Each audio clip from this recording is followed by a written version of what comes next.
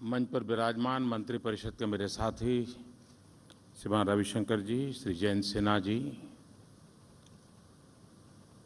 चंद्रशेखर त्रिपुटी,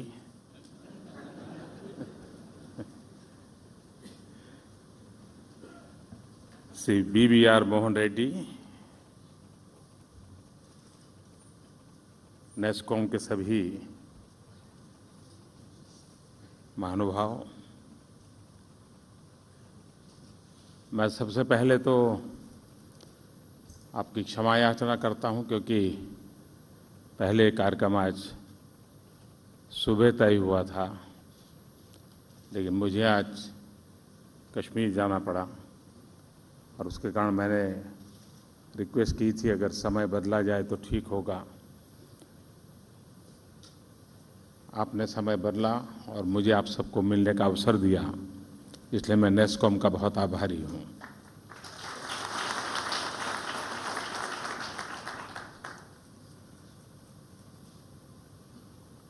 शायद ही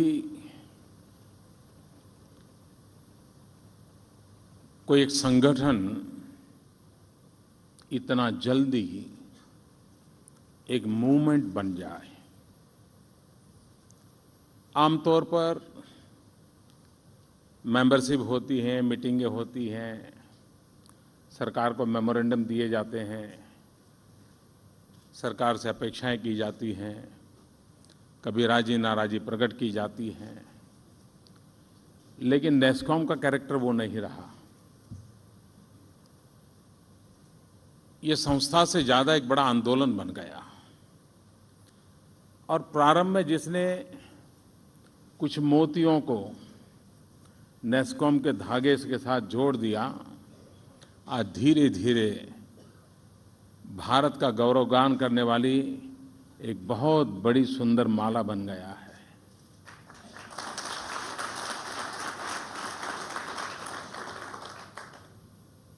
और जब नेस्कॉम की चर्चा आएगी तो देवांग की जरूर चर्चा आएगी। मेरा देवांग से अच्छा परिचय था और जब Y2K को लेकर के बड़ा तूफान खड़ा हो गया था, सारी दुनिया चिंतित थी और उस समय अटल जी की सरकार थी, हमारे प्रमोद जी IT विभाग को देखते थे और बड़ा इतना हाइप था कि Y2 के कारण पता नहीं क्या से क्या हो जाएगा। और उस समय देवांग के साथ काम करने का अवसर आया था, लेकिन खैर बहुत लंबे समय हमारे बीच रहे नहीं वो। मैं उनको आदरपूर्वक अंजलि देता हूं और नेस्कॉम जितनी तेज गति से प्रगति करेगा उतने ही देवांग के आइडियाज़ हमें हर बार याद आते रहेंगे। 25 साल के कार्यकाल में जब नेस्कॉम प्रारंभ हुआ तो मैं समझता हूँ शायद ये क्षेत्र 100 मिलियन की इकोनॉमी से भी ज़्यादा नहीं होगा। आज 146 बिलियन तक पहुँच गया। 25 साल में इतना बड़ा जंप। लेकिन ज़्यादातर जब IT सेक्टर की चर्चा होती है, ये तो बात माननी पड़ेगी कि आज IT में हम जहाँ पहुँचे हैं उसका एक कारण, जो प्रमुख कारण है, वो मुझे लगता है वो प्रमुख कारण है कि इसमें सरकार कहीं नहीं है।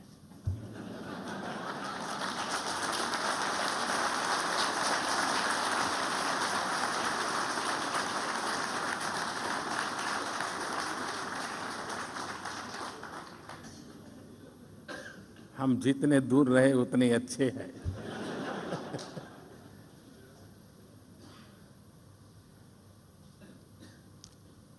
ये जो सारा करिश्मा है वो हमारी युवा पीढ़ी का है।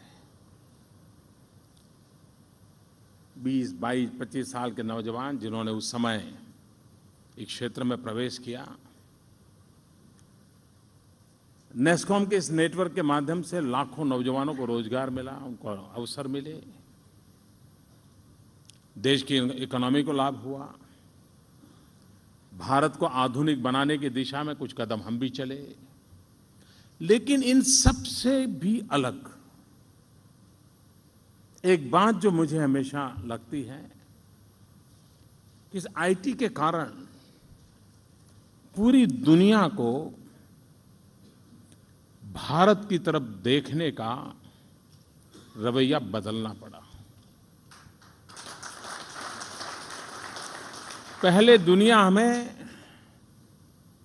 पिछड़े, अंधश्रद्धा में डूबे हुए, सांप सपेरे वाले, इसी हमारे देश की पहचान बनी हुई थी। लेकिन हमारे नौजवानों ने कंप्यूटर पर उंगलियां घुमाते घुमाते सारी दुनिया के दिमाग को बदल दिया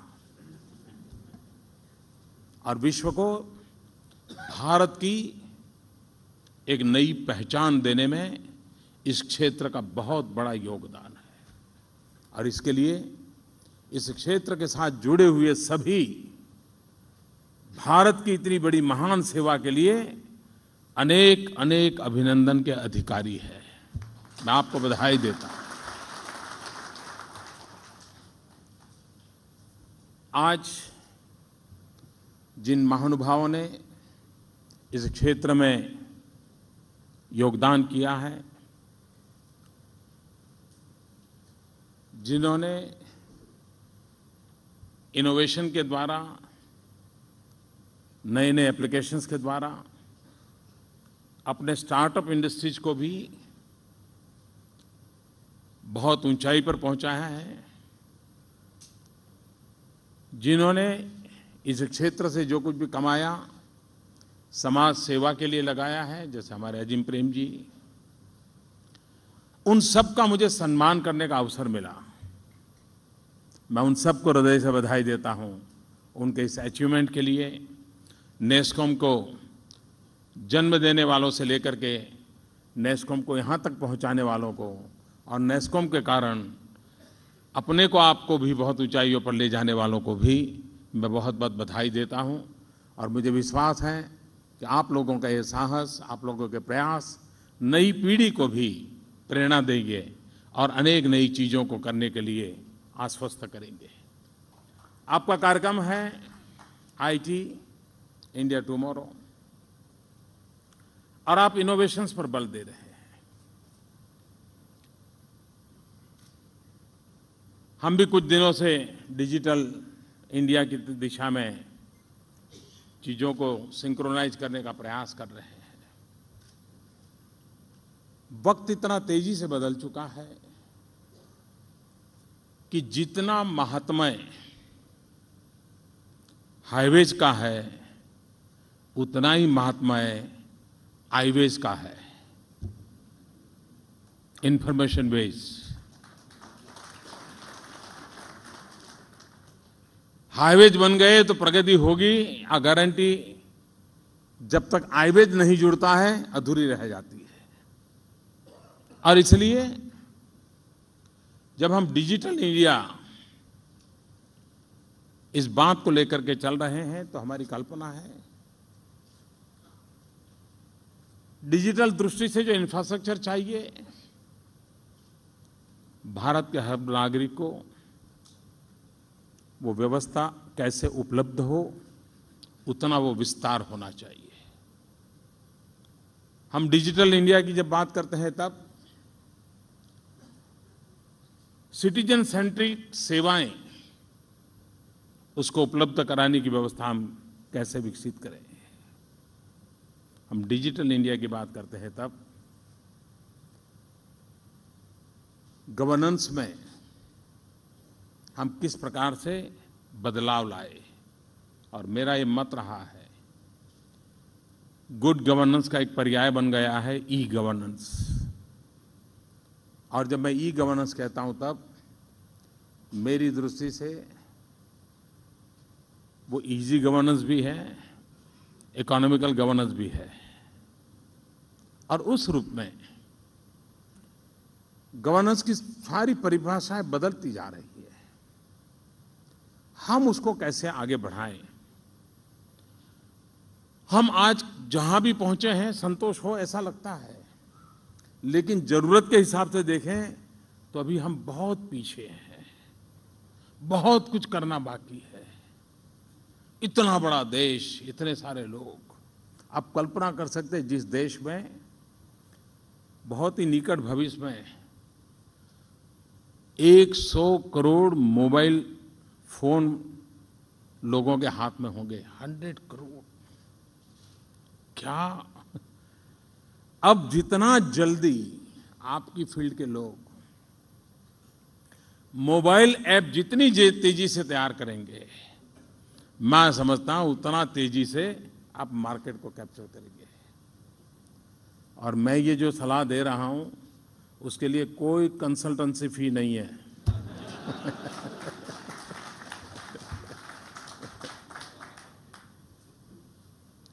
इतने सिर्फ बैंकिंग लीजिए, मैं नहीं मानता वो बैंक में कोई जाने वाला है।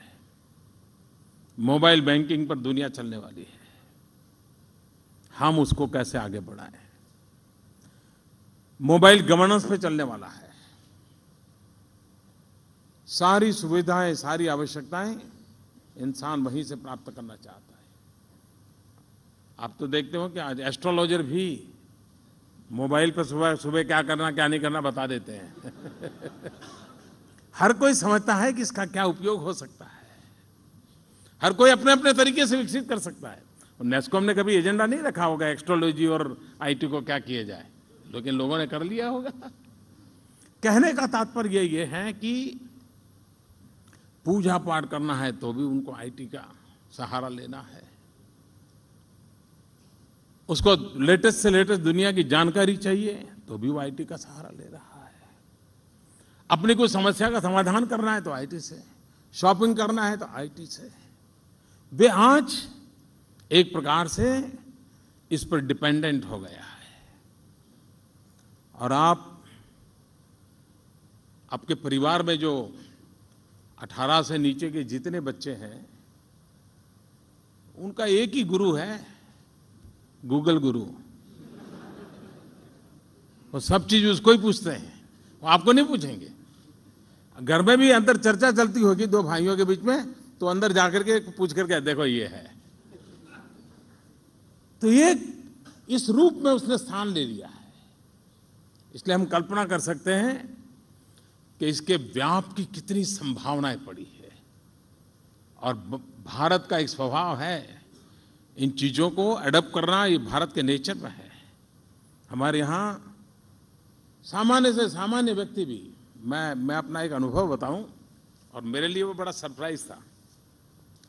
मैं गुजरात में मुख्यमंत्री था, तो एक तहसील ऐसा था कि जहां मुझे 5-6 साल वहां काम करने के बाद भी जाने का अवसर नहीं मिला था।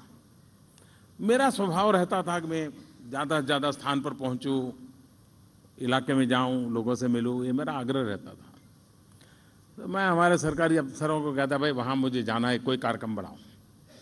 अब वहाँ कोई कार्यक्रम बने, इतना कोई विकास ही नहीं हुआ था, क्या करें। मैंने कहा ऐसे ही चला जाऊँगा भाई, कुछ करो, एक बस को रूट चालू करने का कार्यक्रम बनाओ। मुझे वहाँ जाना है। खैर फिर तय हुआ कि वहाँ एक चिलिंग सेंटर बनाएंगे। मिल्क कलेक्शन के लिए एक छोटा सा सेंटर खड़ा किया। वो 20-25 लाख का छोटा सा इमारत बना करके चिलिंग सेंटर खड़ा किया।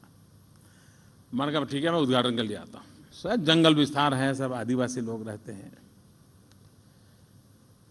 और फॉरेस्ट होने के कारण वहाँ आम सभा करने के लिए भी जगह नहीं थी। कोई 3 किलोमीटर दूर एक स्कूल थी, उस स्कूल के मैदान में एक आम सभा रखी थी। तो यहाँ चिलिंग सेंटर का उद्घाटन करना और फिर वहाँ जाना। तो वहाँ पर जो मिल्क देने वाली आदिवासी कुछ महिलाएं थी, वो भी उस दिन उद्घाटन के समय चिलिंग सेंटर में 25 महिलाएं उन्होंने बुला के रखा था। हम सारा कार्यक्रम किया और मैं देख रहा था वो 2500 महिलाएं मोबाइल फोन से फोटो निकाल रही थी। आप कल्पना कर सकते हैं कि जहां 25 लाख का एक चिलिंग सेंटर बनना एक बहुत बड़ी घटना सरकार के लिए थी, वहां सामान्य मानवी की, और भी महिला, वो भी आदिवासी महिला जो दूध भरने आई थी, उसके पास मोबाइल फोन था और फोटो निकाल रही थी। तो मैं उनके पास गया, मैंने कहा आप मेरा फोटो निकाल के क्या करोगे। उन्होंने जो जवाब दिया वो मैं समझता हूँ आपको भी चौंकाने वाला है। उन्होंने कहा हम जाकर के उसको डाउनलोड कराएंगे।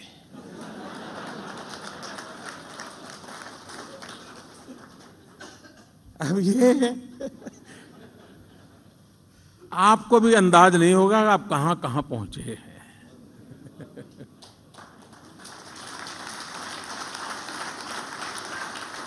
अगर इस शक्ति को पहचान लिया आपने कि आपका जो आखिरी क्लाइंट है वो आपसे 2 कदम आगे है,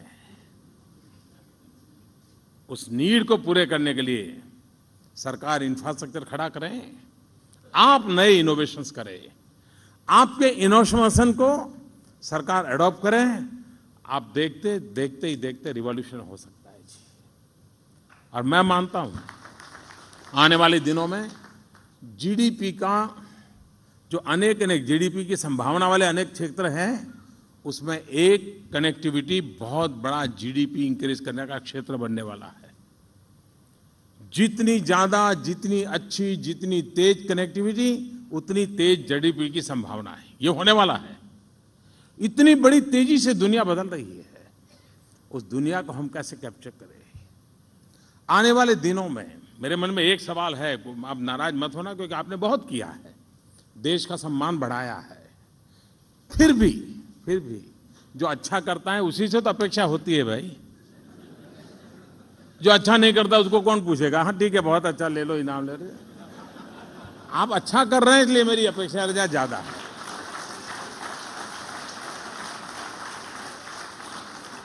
आप अच्छा नहीं करते तो साहब मैं कुछ नहीं मांगता आपसे। क्या आपके मन में सवाल नहीं उठता है दोस्तों कि गूगल मेरे देश में क्यों न बना?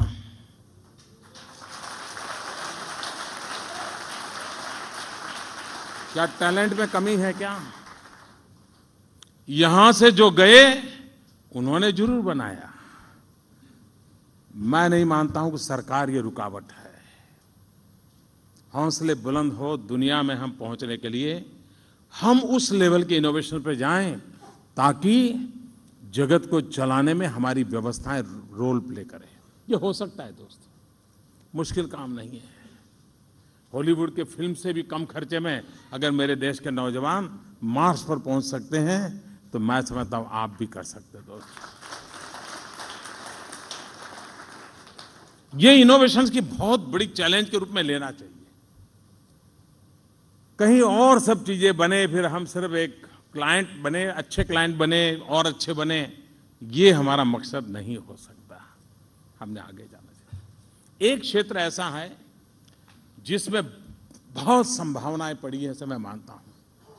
मैं दुनिया के जितने राजनेताओं को प्रधानमंत्री बनने के बाद मिला हूं,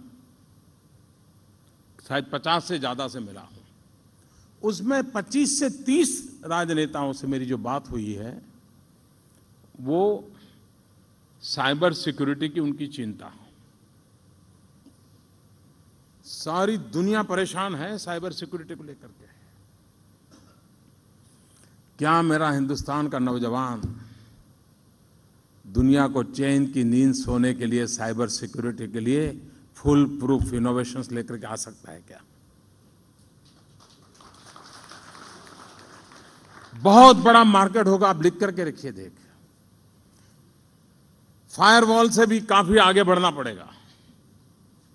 हमने उस स्थिति पर पहुंचना पड़ेगा और जिसके संबंध में जानते ही दुनिया को लगेगा हाँ यार हम चिंतित थे, अब शायद हम रास्ता। सारी दुनिया की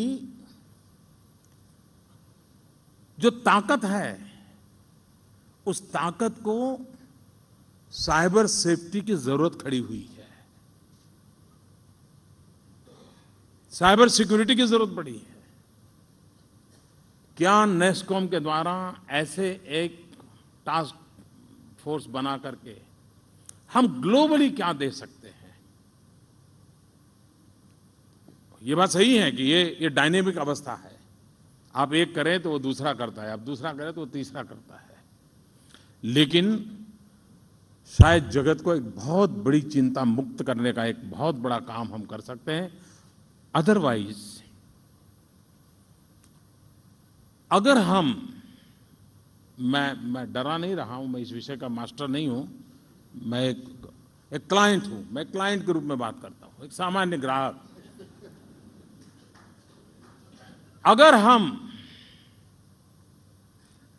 ये सिक्योरिटी नहीं प्रदान करेंगे, वो दिन दूर नहीं होगा कि बहुत बड़ा वर्ग मोबाइल को छूने से भी दूर रहेगा।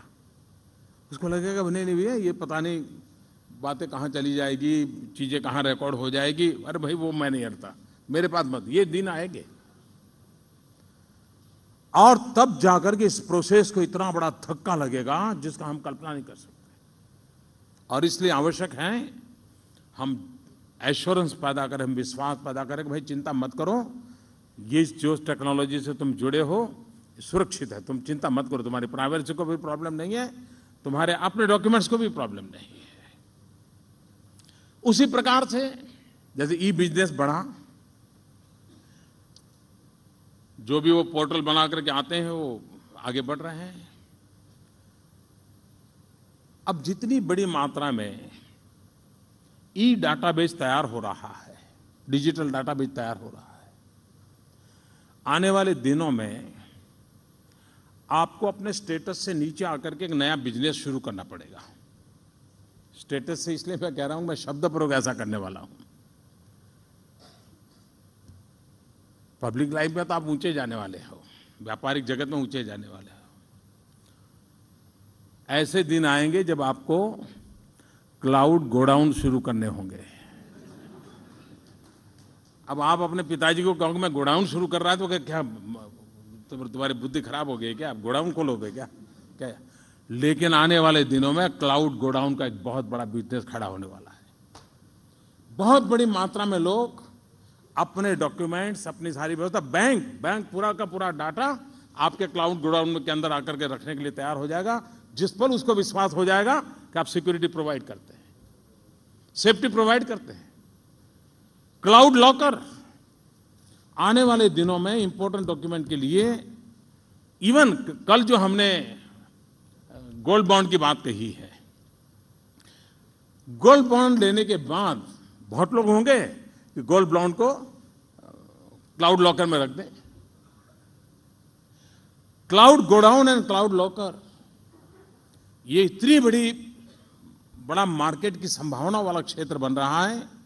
मैं समझता हूं उसका हमने व्यापक रूप से सोचना होगा। और सरकारों को भी, अब सरकारों को अपने दफ्तरों में फाइलों के ढेर रखने की आवश्यकता नहीं होगी। वे अपने क्लाउड गोडाउन के अंदर अपनी चीजें रखते रहेंगे और सालों साल तक सुरक्षित उन सामान को रखें। वो दिन आने वाले हैं। मैं स्वयं शायद पहला पॉलिटिशियन हूं जो साउंड क्लाउड का उपयोग करता हूं।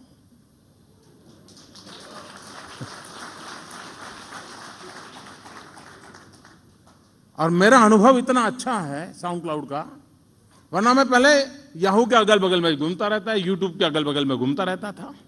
अब मैं चला गया वहां और मैंने देखा है कि मैं बहुत तेजी से बहुत बड़े जगत के साथ जुड़ गया। हम इन शक्तियों को अगर पहचानते हैं और उन शक्तियों को जोड़ करने की दिशा में प्रयास करते हैं तो बहुत बड़ा लाभ आने वाले दिनों में हो सकता है, ऐसा मुझे लगता है। हमारे रविशंकर जी ने कहा कि अमीर और गरीब की चर्चा का एक नया पैरामीटर आने वाला है, और वो है डिजिटल डिवाइड। डिजिटल डिवाइड से भी अमीरी और गरीबी नापी जाएगी, और इसलिए समाज में दो तबके पैदा न हो, डिजिटल डिवाइड की अवस्था पैदा न हो, उसको हमने आगे बढ़ाना पड़ेगा। मैंने देखा है सरकार में एक बहुत बड़ी समस्या रहती है। एक तो साइलो में काम करने की उनकी पहले से ही आदत रही है, और अब उनकी डिजिटल एक्टिविटी भी साइलो में पड़ी है। अब मैं आपको और मैं मानता हूं, मैं तो टेक्नीशियन नहीं हूं, लेकिन मुझे लगता है आप कर सकते हैं। फिर वही बात, आप कर सकते हैं इसलिए कहने का मन करता है। किसी भी लैंग्वेज को किसी भी लैंग्वेज में ट्रांसलेट करने वाले सॉफ्टवेयर आपने बनाए हैं, उसकी लेखनी अलग है, उसका ग्रामर अलग है, लेकिन ट्रांसलेशन हो जाता है सॉफ्टवेयर से। मतलब इंटरप्रिटेशन के लिए आपके पास बढ़िया सी टैलेंट है जिसका उपयोग करते हैं। सरकार के सामने एक समस्या है, किसी ने 15 साल पहले कोई एक सॉफ्टवेयर लिया तो सारा मटेरियल उस सॉफ्टवेयर की परिभाषा में है, 10 साल पीछे ने दूसरा सॉफ्टवेयर लिया तो उसमें है। ये इतना बिखरा पड़ा है और इतने अलग अलग लोग माल हमको दे करके चले गए हैं जी।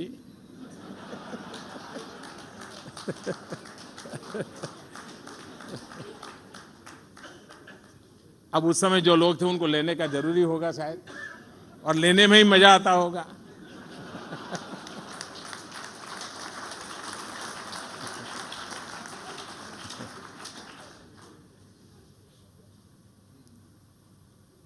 क्या हमारी ये जो बिखरी हुई चीजें हैं, हर एक का अलग अलग सॉफ्टवेयर है। अगर लैंग्वेज को आप इंटरप्रेट कर सकते हैं बड़ी आसानी से एक सॉफ्टवेयर से, क्या इस चैलेंज को उठा करके हमारी ये जो रॉ डाटा पड़ा है, अलग अलग फॉर्म में पड़ा है, उसको हम चाहे उस प्रकार से उसको सिंक्रोनाइज करना, उसको इंटरप्रेट करना, उसको फॉर्म में रखना, क्या इस काम को कर सकते हैं? क्या देश के गवर्नेंस में बहुत बड़ा बदलाव आ सकता है जी। क्योंकि आज मैं नया सॉफ्टवेयर लूं और लोगों को कहूं कि देखो भाई अब वो बदलो, वो फेंक दो, इसमें डालो सारा, तो कहेंगे ठीक है साहब, हम डाटा एंट्री करते रहेंगे। मैं नहीं चाहता हूं कि सरकारें डाटा एंट्री में ही लगी रहे। हमें बदलाव चाहिए। और टेक्नोलॉजी के उपयोग से क्या होता है देखा होगा आपने से, बहुत सी बातें होती हैं जो लिखने पढ़ने देखने को मिलती नहीं है, लेकिन मैं बताता हूं। हम लोगों ने गैस सिलेंडर की जो सब्सिडी है वो डायरेक्ट बेनिफिट ट्रांसफर करने की स्कीम बनाई है। 80% ग्राहकों तक हम पहुंच गए। करीब 12 करोड़ लोगों को हम डायरेक्ट ट्रांसफर कर रहे हैं और ये काम हमने 30 दिन में पूरा कर दिया। कैसे? Just with the help of technology. कितना बड़ा अचीव हुआ। और मैं मानता हूं आने वाले दिनों में ये जो भ्रष्टाचार के खिलाफ लड़ाई है ना, उसमें टेक्नोलॉजी बहुत बड़ा रोल प्ले कर रही है। इतना ट्रांसपेरेंसी लाई जा सकती है, हम चाहते हैं ये लाना। और इससे बड़ी देश की सेवा क्या हो सकती है? ये सिर्फ गैस का जो हमने डायरेक्ट ट्रांसफर किया है ना, मेरा मोटा मोटा अंदाज है शायद 10% लीकेज तो मैंने बंद कर ही दिया है। कैन यू इमेजिन 10%, यानी थाउजेंड्स ऑफ करोड़ रुपीज है। अभी हमने कोयले का ऑक्शन किया, पूरा टेक्नोलॉजी का उपयोग किया, इतने बड़े बोर्ड पर पब्लिक में उसको रखा, जिसको बैठना है सारे पत्रकार भी बैठे थे, ऑक्शन हो रहा था। 204 कोल ब्लॉक्स, जिसको सुप्रीम कोर्ट ने सितंबर महीने में कह दिया कि भ्रष्टाचार हुआ है, रद्द करो, सब फायदा मुफ्त का उठा के ले गए। और आपको मालूम होगा कि एक जगह से चिट्ठी जाती थी, कोयले की खदान मिल जाती थी।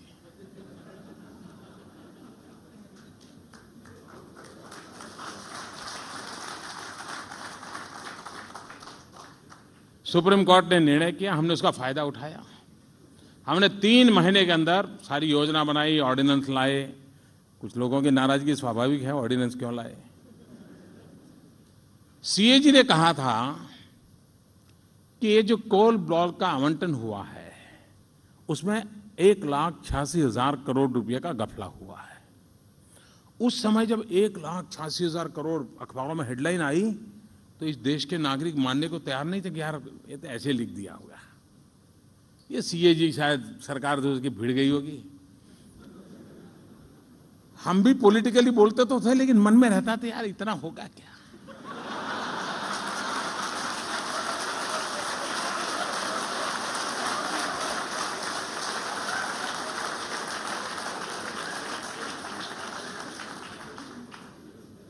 देखो भाई, जिसने समंदर देखा नहीं है, जिसने गांव का तालाब देखा है, उसको कोई पूछे कि समंदर कैसा हो तो वो क्या बोलेगा है, क्या बोलेगा बेचारा। किसी को पूछेगा भाई बताओ तो भाई, तो कहेगा तुम्हारे गांव में जो तालाब है ना इससे बहुत बड़ा होता है। अच्छा बोले कितना बड़ा होता है, बोले बहुत बड़ा होता है।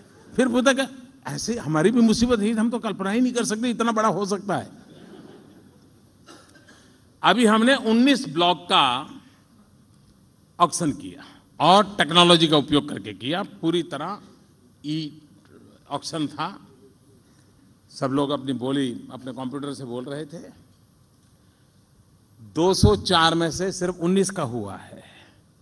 सीएजी का कहना है 204 में 1,86,000 करोड़ का घपला हुआ है।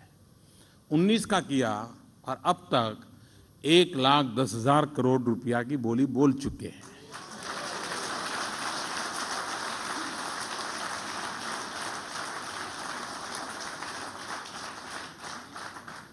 टेक्नोलॉजी से ट्रांसपेरेंसी कैसे आती है, इसका ये जीता जागता उदाहरण है। और कहीं किसी ने उंगली नहीं उठाई है जी, एक सवाल नहीं खड़ा हुआ है। अगर हम ईमानदारी से आधुनिक विज्ञान का उपयोग करते हुए नेक इरादे से चीजों को करें, क्या आने वाले दिनों में आप इसमें योगदान कर सकते हैं क्या? और मैं मानता हूं कि आप लोग कर सकते हैं और आपसे मेरी अपेक्षाएं हैं। अभी हमने एक कल्पना रखी है, हम जानते हैं कि टूरिज्म का सेक्टर आज दुनिया में, अभी हमारे चंद्रशेखर जी $2 ट्रिलियन का हिसाब बता रहे थे। टूरिज्म का बिजनेस $3 ट्रिलियन का है और तेज गति से बढ़ने वाला बिजनेस है। आज जो टूरिस्ट है वो न टेलीफोन करके जानकारी लेता है, न किताब पढ़ के निकलता है। वो गूगल मैप से चलता है, वो डेस्टिनेशन गूगल से तय करता है, वो आईटी प्रोफेशन के द्वारा, व्यवस्था के द्वारा चलता है। क्या हम भारत का टूरिज्म में हमारे इस प्रोफेशन के माध्यम से एक बहुत बड़ा मार्केटिंग कर सकते हैं क्या? हम पूरी दुनिया को प्रभावित कर सकते हैं क्या? और भारत में गरीब से गरीब को रोजगार देने के लिए टूरिज्म बहुत बड़ी ताकत रखता है। और एक बार उसको सही चीजें प्राप्त हो, हम अगर इन चीजों को मेहनत करके करें, डाटाबेस तैयार करके करें, इजीली एक्सेसिबल व्यवस्थाएं विकसित करें, आप कल्पना कर सकते हैं हम कहां से कहां पहुंच सकते हैं।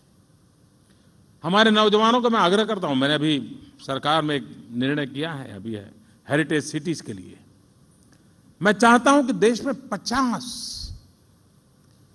ऐसे हेरिटेज सिटीज में वर्चुअल म्यूजियम तैयार किया जा सकता है क्या? देखिए, किसी भी देश की विरासत को बचाने संभालने में म्यूजियम का बहुत बड़ा रोल होता है। लेकिन आज भारत के पास इतने पैसे नहीं हैं कि हम वर्ल्ड क्लास म्यूजियम को क्रिएट करें, लेकिन वर्चुअल म्यूजियम बना सकते हैं। मैं नौजवानों आपसे आग्रह करता हूं, आइए वर्चुअल म्यूजियम बनाइए। वर्चुअल म्यूजियम बना करके एक बहुत बड़ा नया मार्केट खड़ा करें, टूरिज्म के साथ जोड़ें। और भारत सरकार तैयार है, इस प्रकार के वर्चुअल म्यूजियम को आने वाले दिनों में खरीदने के लिए तैयार है। आप लोग उस क्षेत्र, एक बहुत बड़े बिजनेस की संभावना है। रिसर्च करने वाली यूनिवर्सिटी मिल जाएगी, प्रोफेसर मिल जाएंगे, और फिर आप उसमें से तैयार करिए और इतना यूजर फ्रेंडली बनाएंगे। आप देखिए, टूरिज्म को बढ़ावा देने के लिए ये वर्चुअल म्यूजियम, और इकोनॉमिकल रहेगा। आप एक म्यूजियम खड़ा करें, उसका खर्चा और एक वर्चुअल म्यूजियम के बहुत फर्क पड़ जाता है कि हम उस काम को कर सकते हैं क्या। आने वाले दिनों में अगर इन चीज़ों को काम कर सकते हैं तो मेरे आपसे आग्रह है कि आप करें। बाकी तो शिक्षा है, हेल्थ है, ये काम ऐसे हैं कि बड़े बहुत ही अनिवार्य है। रिमोट एरिया में हम अगर अच्छी शिक्षा पहुंचाना चाहते हैं तो टेक्नोलॉजी बहुत बड़ी ताकत है। लॉन्ग डिस्टेंस एजुकेशन के द्वारा उत्तम से उत्तम शिक्षा हम दे सकते हैं, और हम अगर उसका उपयोग करें, हम बहुत बड़ी सेवा कर सकते हैं। आप कॉर्पोरेट सोशल रिस्पॉन्सिबिलिटी के नाते कई काम कर रहे हैं। मेरा एक आग्रह है, स्वच्छता के लिए आप करें,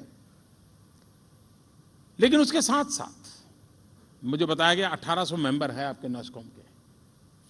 क्या 1800 मेंबर कंपनियां कम से कम एक का उस कंपनी के मालिक या उसके पार्टनर जिस प्राइमरी स्कूल में पढ़े हैं, जहां भी बचपन में गांव में होंगे, शहर में जहां पढ़े हैं, कम से कम उस स्कूल को आप एक ई लाइब्रेरी डोनेट कर सकते हैं क्या?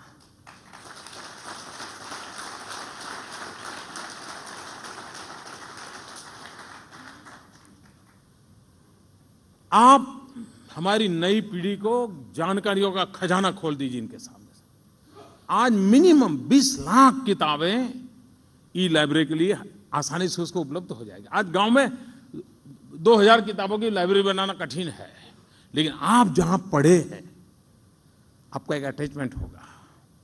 आपका भी मन करता होगा जिस स्कूल ने मुझे बड़ा बनाया मैं भी उसके लिए कुछ करूं।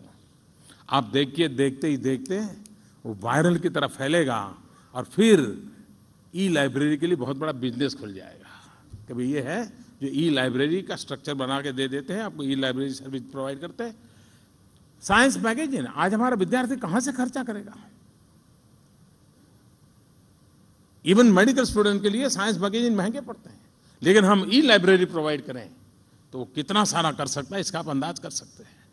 तो हमारे यहाँ पहले अच्छी पेन रखना वो स्टेटस था, अच्छी घड़ी रखना स्टेटस था, अब अच्छा फोन रखना स्टेटस हो गया है। और एक दूसरे को मिलते का, चाचा तुमने ले लिया एप्पल 6? अगर ये नहीं है तो लगता है कुछ नहीं है। बहुत साल पहले की बात है, मैं एक इमरजेंसी के दिन थे, मैं अंडरग्राउंड था, पुलिस हमें खोज रही थी, तो एक परिवार में मैं रह रहा था। तो उनके एक भाई यूके में रहते थे, वो आए थे उस दिन। तो शाम को पहुंचे तो सभी भाई बैठे थे, तो उन्होंने कहा कि मैं एक घड़ी लाया, नई, कोई 2-2.5 लाख की घड़ी होगी शायद। सबने देखी। सुबह हम चाय पान के लिए बैठे थे, तो उनके एक छोटे भाई थे, वो बड़े मजाकी थे। उन्होंने उनको पूछा कितने बजे? तो उन्होंने कहा 8 बजे। नहीं बोले चलो ठीक से देखो। है बोले 8 बजे है। नहीं आप सही नहीं बताया, बोले जरा ठीक से देखिए। बोले 8 बजे। अच्छा, तो बोले मेरी तो 250 रुपए की घड़ी में भी 8 ही बजे है। हमारे देश में 1500 के मोबाइल वाला भी जो उपयोग करता है, 15,000 वाले मोबाइल वाला भी उतना ही उपयोग करता है। लाल बटन, लीला ग्रीन बटन, इससे एक मैं मानता हूं कि सचमुच में हमने एक मोबाइल गवर्नेंस का रिवॉल्यूशन लाना है, मोबाइल ऐप का रिवॉल्यूशन लाना है, तो बहुत बड़े वर्ग को 80% यूटिलिटी नहीं है, 80% एवरेज 80% मैं कहता हूं कितना ही बढ़िया सॉफ्टवेयर वाला मोबाइल फोन ले आइए, लेकिन अगर कोई उपयोग ही नहीं करेंगे तो फायदा क्या होगा जी? क्या स्कूल कॉलेज में इस हमें लोगों को तैयार करना, और यही फील्ड के लोग कर सकते हैं जी। उसकी यूटिलिटी से ताकत बढ़ती है, देश की सामान्य मानवी की ताकत बढ़ सकती है, और उस दिशा में हम कैसे काम करें हमने सोचना चाहिए। आप जानते हैं मैं सोशल मीडिया में काफ़ी एक्टिव रहा, बहुत पहले से एक्टिव रहा। इस दुनिया की शुरुआत हुई तब से मुझे ज़रा रुचि थी, और अब तो मैं आपका लिंक्डइन पर भी हूँ, ताकि उसमें आप ही लोग होते हैं ताकि मुझे ज़रा आप लोगों के विचार सुनने का अवसर मिलता है, तो मैं उस पर भी रहता हूँ। mygov.in मैंने मेरे कार्यालय से जोड़ करके बना। मैंने देखा है कि मैं कोई भी चीज़ वहाँ क्वेश्चन करता हूँ, हजारों लोग मुझे रिस्पॉन्ड करते हैं। मुझे कहीं भाषण करने जाना और मैं पूछता हूँ भाई आइडिया दीजिए, हजारों लोग तुरंत मुझे आइडिया देते हैं। इस प्लेटफॉर्म मुझे, मैं इवन आपने देखा होगा ये जनधन योजना, प्रधानमंत्री जनधन योजना, ये शब्द एक नागरिक ने दिया है, कंपटीशन से आया, mygov.in पर आया। अभी mygov.in के द्वारा एक मैं कंपटीशन लॉन्च करने जा रहा हूँ, शायद 1-2 दिन में कर लूँगा।